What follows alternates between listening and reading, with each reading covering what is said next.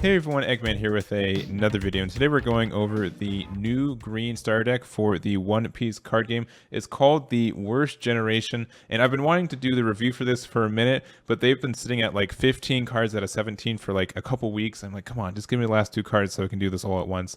And the same for the blue deck as well. So they're both finally all released. All the cards are released for it. So we're going over the green one today. The blue one will be on my channel tomorrow morning as well, so make sure to check that out. As well as I'm going to Anime Expo this weekend, and I'm going to be doing my first One Piece card game testing stream next week as well. So a lot of good stuff going on with it. If you guys are interested in the One Piece card game, please make sure to hit the like button and the subscribe button here, as well as to follow me on Twitch for those things, and it should be a lot of fun. So one last thing before we get started, big shout outs to the One Piece card game dev site, as well as the Nami Piece Facebook page. This is where I got all the English translated cards and all the translations, so I really appreciate them doing that for us, and that's where I'm getting the cards today. I'll put their links in the description too, so if you guys want to see more details and more card arts and everything else, I definitely recommend going to those resources. But we're going to start off with the leader. This is the Eustace Kid. That is how I'm pronouncing it. If I'm wrong, let me know. I will say of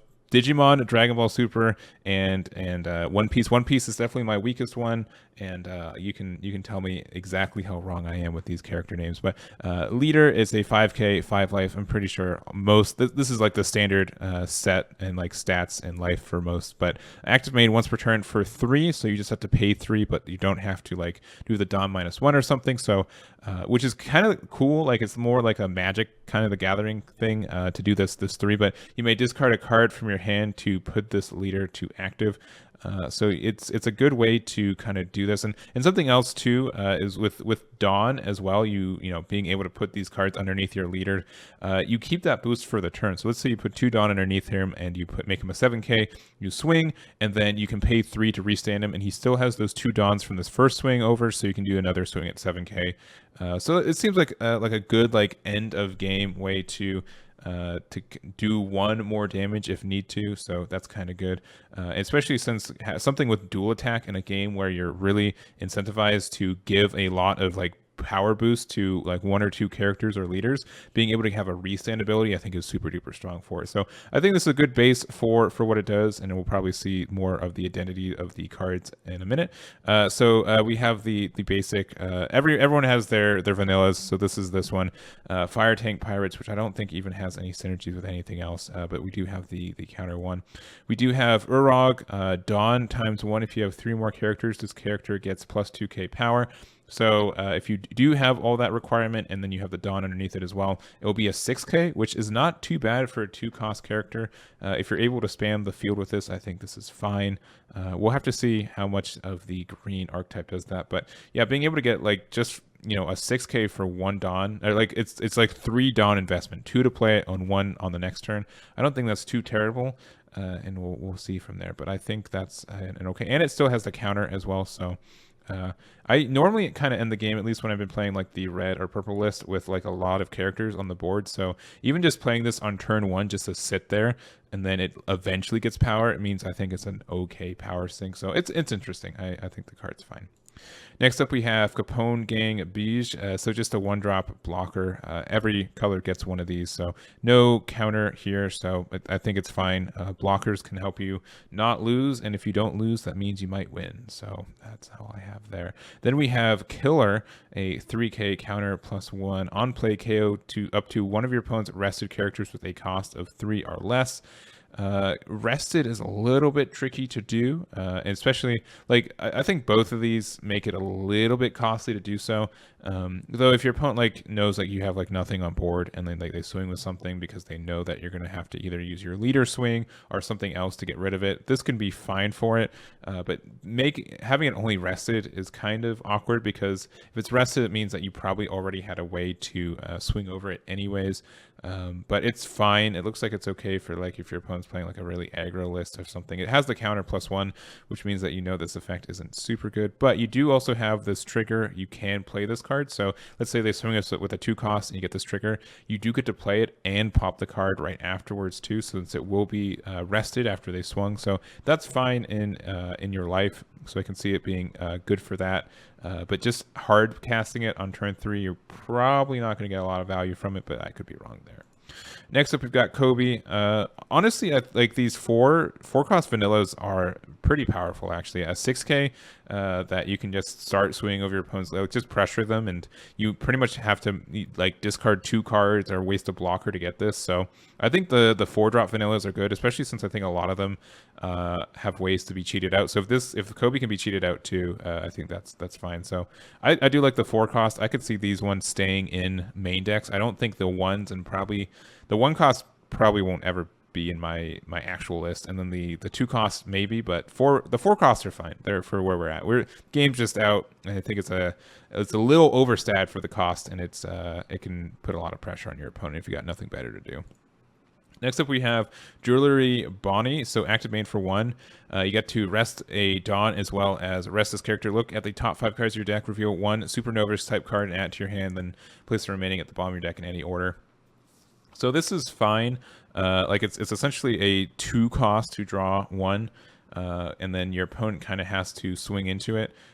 This could be like an okay like turn 1 play, and then on your second turn with 3 Dawn, you activate the effect there to rest it, and then they have to like swing into it or something. I think it's just fine for turn 1. On turn 2, you can just immediately play it and then rest it, but then your opponent can start swinging into it too. It's fine. It's what's pretty much going to depend on what the supernovas is, but if you just had to like, I'd almost say like if you had to pay 2 and you didn't have to rest this card, to be better.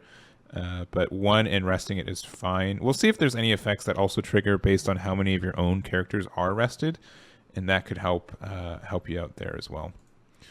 We have Scratchman Appoo, so Dawn ×1 when attacking. Rest one of your opponent's Dawn. I could see this being... If this was in Dragon Ball Super, this would be busted. Like a 2 cost that rested something when you swung, it'd be great, because that game doesn't have any there's no summoning sickness, which this game definitely has. And also so far, and I could be wrong, and I could be doing, it just could be like the red and purple list. There's not a lot of things to do with Dawn on your opponent's turn besides activate a counter. And a lot of those are like, you can telegraph those pretty much. So I could see this maybe affecting stuff late game, or if you're able to give this rush, that'd be fantastic, because you can, rest something when your opponent's not expecting it. It is also a super counter. That is what I'm calling anything with a plus 2k counter. Because that's they're called super combos in Dragon Ball Super.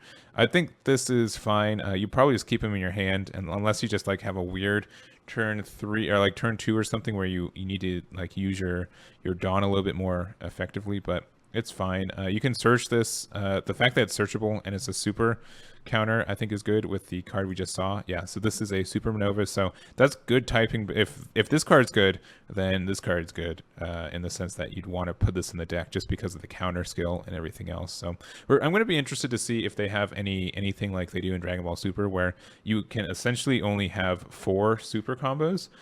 So I wonder if there's going to be any restriction on these, or if you can just put like a bunch of these plus 2k counters in there and go off with it. I'm going to see if there's going to be any restriction there. But, essentially using 1 card to, combo out or counter out of, or however you want to say it, like 2 Dawn can be pretty good. Next up, we do have Trafalgar Law. So it is a 5 cost. If I said that one wrong, let me know too. But it is a 5k, is a counter. It's got some sick art, by the way. The fact that it's like outside the frame. And it has on play, set one of your rested characters with the super rookies are heart pirates trait with a 5 cost or less to active. So like super rookies, so this is not a heart pirate, no, it's on air pirates. So unless the translation's wrong, it'd be fantastic. Like, right, like this is, you could swing at this and then you could restand it and you could swing with it again, and then your opponent would have to tap 2 of their Dawn when doing those swings. So that could be something really effective there. I don't think we've seen any super rookies. All right, so we have this guy, which doesn't, I mean, anytime he gets a swing again is fine, because if you already invested some Dawn into the character, you'd be able to like double up the Dawn from the investment for that. So I think that's something that can be very powerful in just the fact of how the Dawn system works in this game. So it is a counter +1 as well. So I think that's 5 cost for 6. That's very interesting. All right, next up we have Basil Hawks, so 6k for 5 as well. Dawn times 1/1 per turn during your turn. If this character battled with an opponent's character, set this card to active. So it's only characters, so not leaders, but that just means like this could clean up a board. It could swing into 2 things, or if your opponent's trying to like prevent themselves from taking damage from a blocker, you can swing with Basil Hawks, and then they, even if they block with it, you get to restand it. So that seems pretty okay.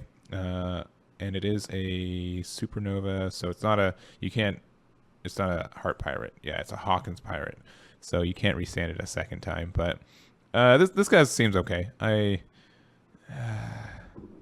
don't know, unless you can like swing into characters directly. I don't see this doing too much, but we'll see if it's important enough.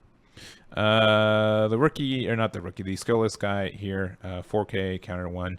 I think you can run like 1 or 2 of these guys just for consistency's sakes, but I think the 3 and 4 cost vanillas are actually kind of good. There's Beppo.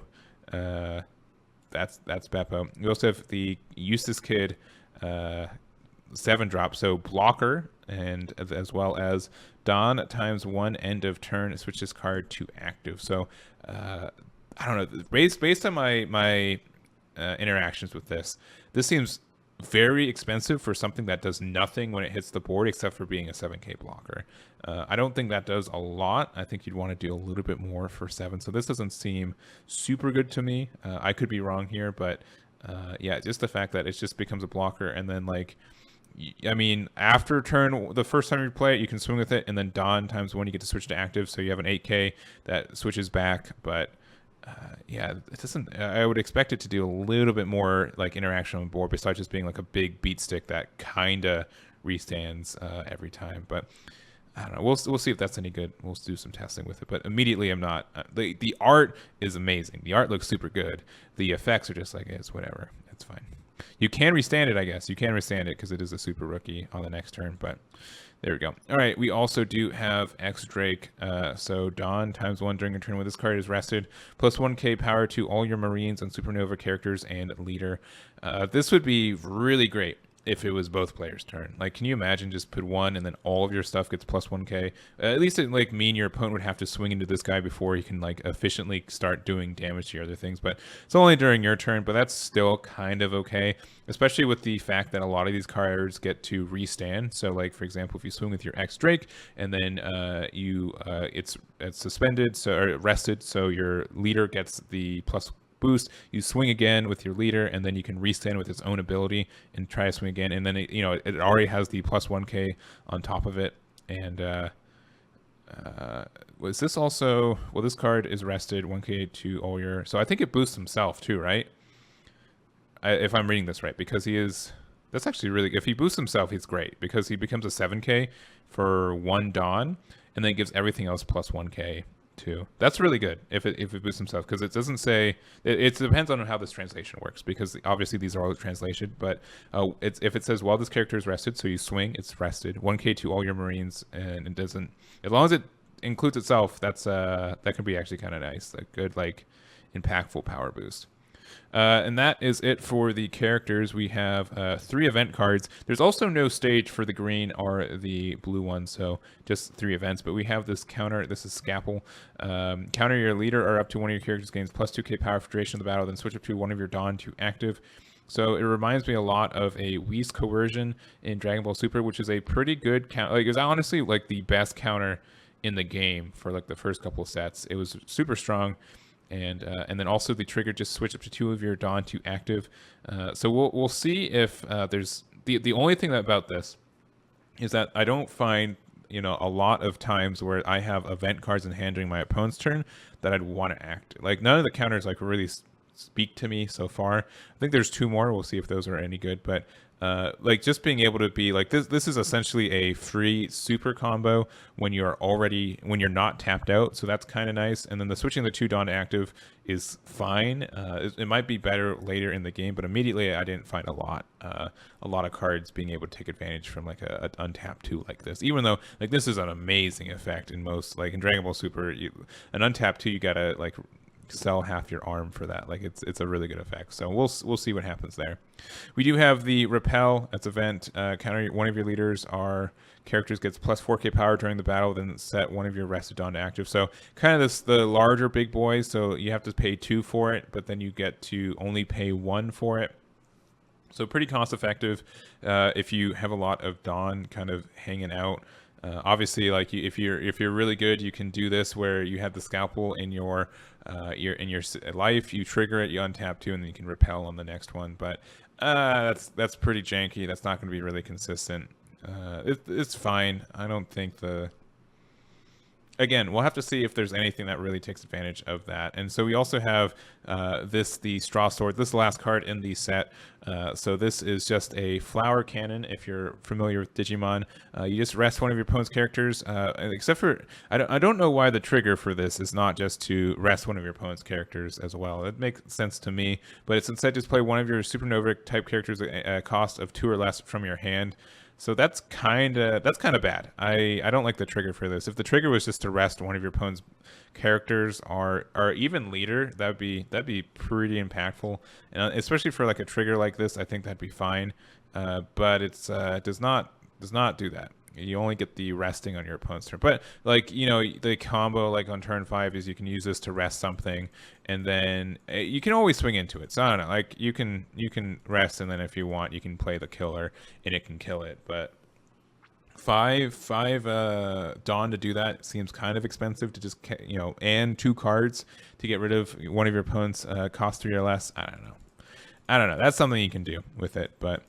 It seems interesting. Green looks like it takes a lot of inspiration from more of the green from the Digimon card game. A lot of the idea of suspending stuff and unsuspending stuff. And I think in a game like this, where, again, if you can give something a lot of Dawn and you can swing in with it, you can double your investment of Dawn if you have a way to unsuspend it. So I think that's something that... can be really good if not balanced well. So far, I didn't see anything super crazy. It looks like there's a lot of like good value-based things, but not a lot of like, I'd say like fantastic defense things. So like you build like some big boards and you have like a potential to do a lot of swings are enough if you get there, but you don't have too much interaction with your opponent, and that's the thing I'm a little worried about. You don't have like a lot of good ways to like pop your opponent's cards except for just swinging into them, or if they swung in first, then you can like do a counter attack, which may or may not be any good. But that's going to be the video for me. Thank you guys so much for watching. I really do appreciate it. Let me know what you guys think about this deck, which one you're excited for, and we'll cover the blue one tomorrow. So again, thank you guys so much for watching, and I'll catch you all next time. Damn it.